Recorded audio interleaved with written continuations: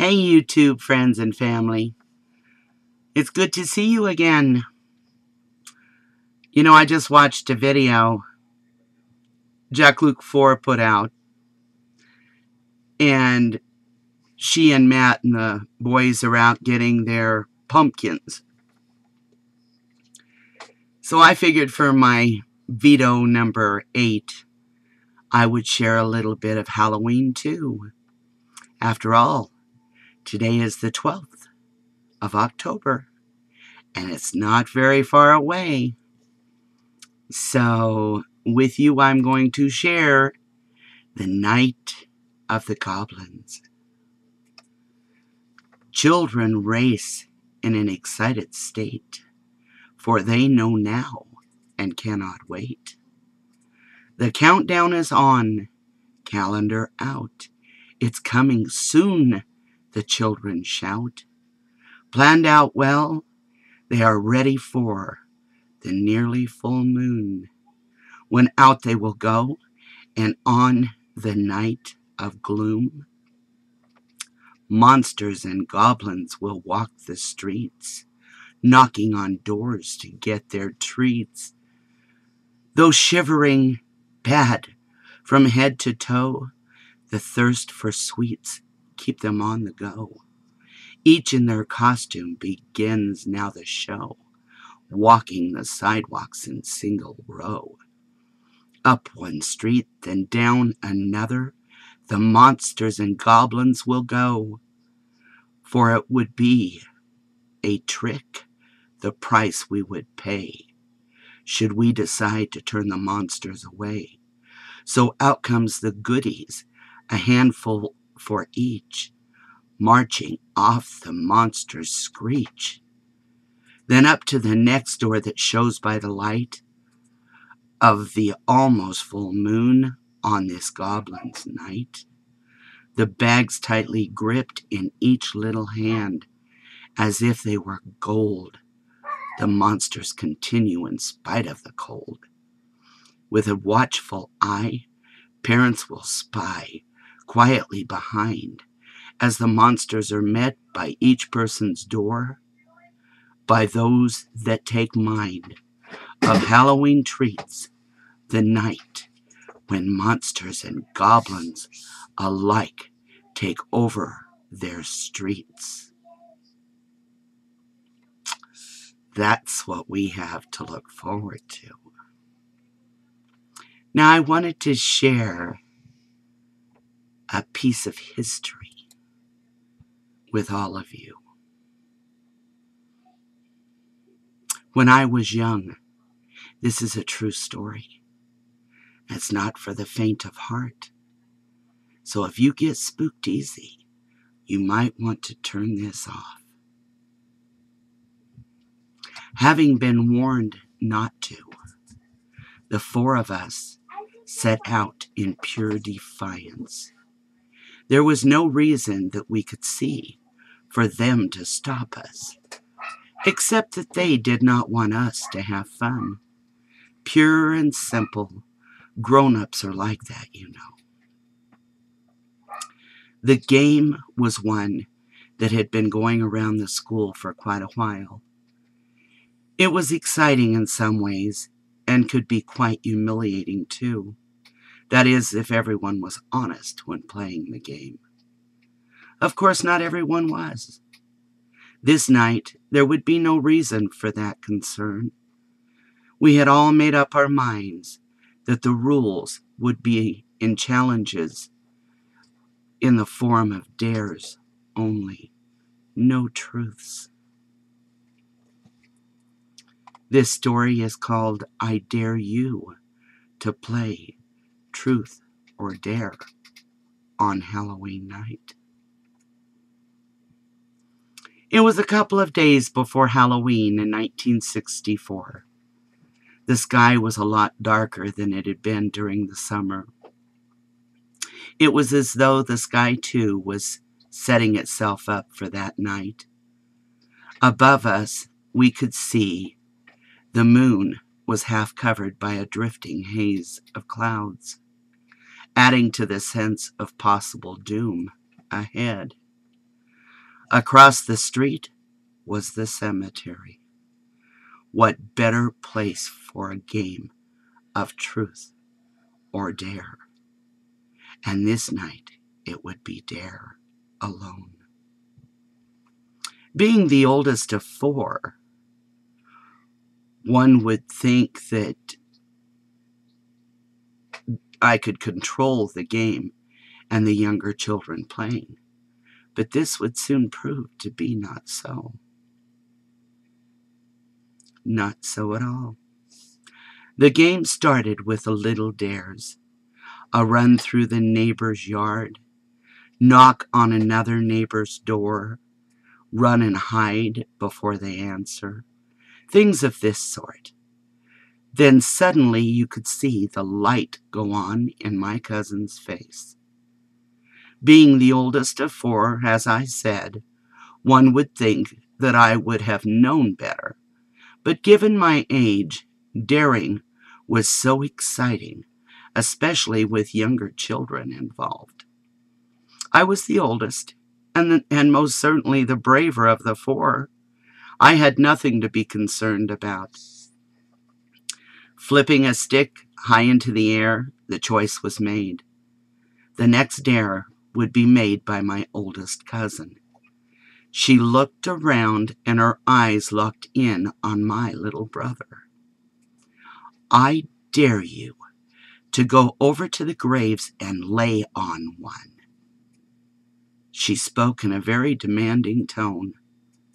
As he looked over into the graveyard, I could see his eyes had widened. "I'm not afraid," he retorted, as he stood up and started towards the graves. My heart began to race. I couldn't believe my eyes. He was actually doing it.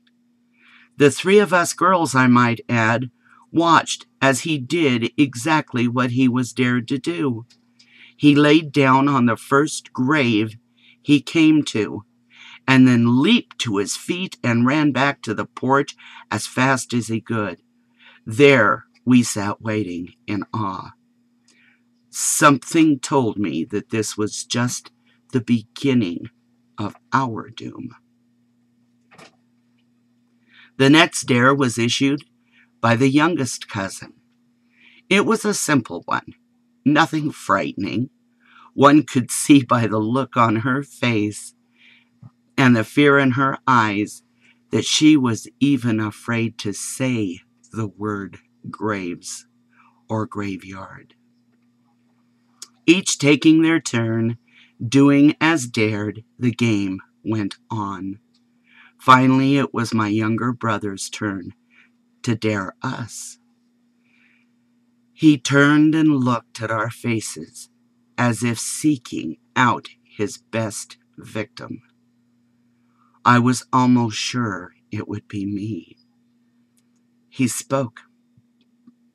"I dare all of us to walk clear to the back of the graveyard and then back here." I remember turning and looking towards the house.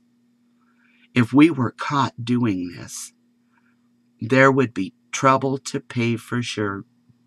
And with me being the oldest, I did not want to be blamed for this game. "I don't know," I said questioningly.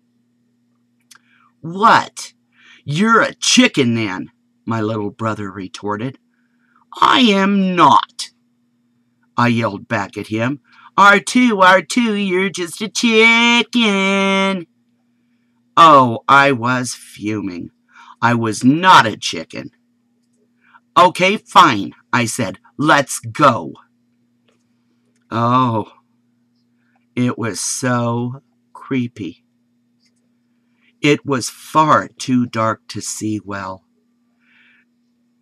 There was absolutely no lighting of any kind in that old graveyard, except for the moon above.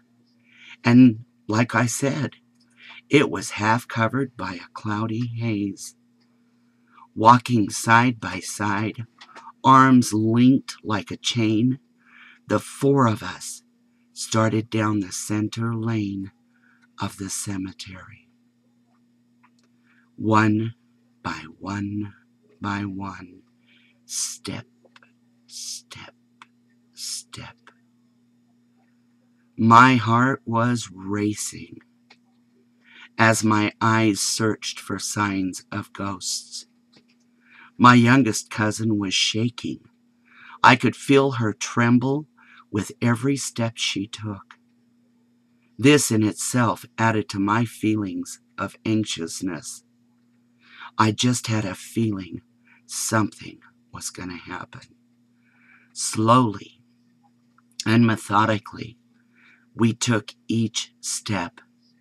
No army in cadence could have worked more uniform than our legs. The sound of the darkness and the crickets added to the whole creepiness of this adventure.